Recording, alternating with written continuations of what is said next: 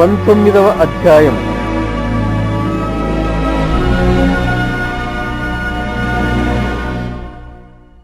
బుద్ధిహీనుడై తన పెదవులతో మూర్ఖముగా మాటలాడు వాని కంటే యథార్థముగా ప్రవర్తించు దరిద్రుడే శ్రేష్ఠుడు. ఒకడు తెలివి లేకుండుట మంచిది కాదు. తొందరపడి నడుచువాడు దారి తప్పిపోవును. ఒకని మూర్ఖత వాని ప్రవర్తనను తారుమారు చేయును. అట్టివాడు హృదయమున యెహోవా మీద కోపించును. ధనము గలవానికి స్నేహితులు అధికముగా నుందురు. దరిద్రుడు తన స్నేహితులను పోగొట్టుకొనును. కోట సాక్షి శిక్ష నొందకపోడు. అబద్ధములాడువాడు తప్పించుకొనడు. అనేకులు గొప్పవారి కటాక్షము వెదకుదురు. దాతకు అందరూ స్నేహితులే. బీదవాడు తన చుట్టములందరికీ అసహ్యకుడు. అట్టి వానికి స్నేహితులు మరి దూరస్థులగుదురు. వాడు నిరర్ధకమైన మాటలు వెంటాడువాడు. బుద్ధి సంపాదించుకొనువాడు తన ప్రాణమునకు ఉపకారి. వివేచనను లక్ష్యము చేయువాడు మేలు పొందును. కోటసాక్షి శిక్ష నొందకపోడు. అబద్ధములాడువాడు నశించును. భోగములను అనుభవించుట బుద్ధిహీనునికి తగదు. రాజుల నేలుట దాసునికి బొత్తిగా తగదు. ఒకని సుబుద్ధి వానికి దీర్ఘశాంతమునిచ్చును. తప్పులు క్షమించుట అట్టి వానికి ఘనతనిచ్చును.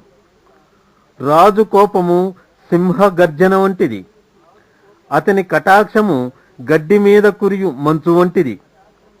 బుద్ధిహీనుడగు కుమారుడు తన తండ్రికి చేటు తెచ్చును. భార్యతోడి పోరు ఎడతెగక పడుచుండు బిందువులతో సమానము. గృహమును విత్తమును పితరులిచ్చిన స్వాస్థ్యము. సుబుద్ధి గల భార్య యెహోవా యొక్క దానము. సోమరితనము గాఢనిద్రలో పడవేయును.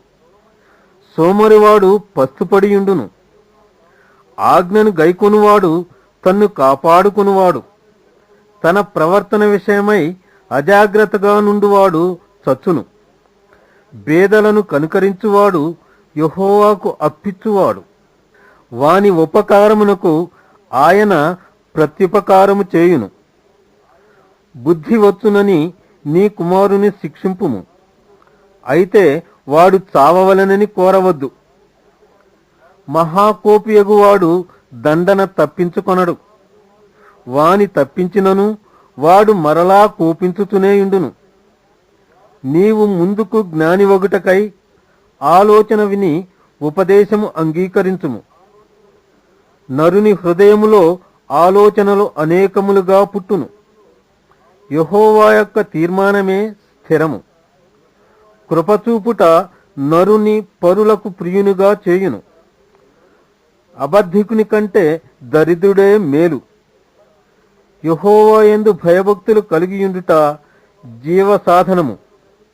అది కలిగినవాడు తృప్తుడై అపాయము లేకుండా బ్రతుకును. సోమరి పాత్రలో చెయ్యి ముంచునే గాని తన నోటికి దాని తిరిగి ఎత్తనైనా ఎత్తడు. అపహాసకులు దండింపబడగా చూచి జ్ఞానము లేని వారు జ్ఞానము నొందుదురు. వివేకులను గద్దించిన ఎడల వారు జ్ఞానాభివృద్ధి నొందుదురు. తండ్రికి కీడు చేసి తల్లిని తరిమివేయువాడు అవమానమును అపకీర్తిని కలుగజేయువాడు.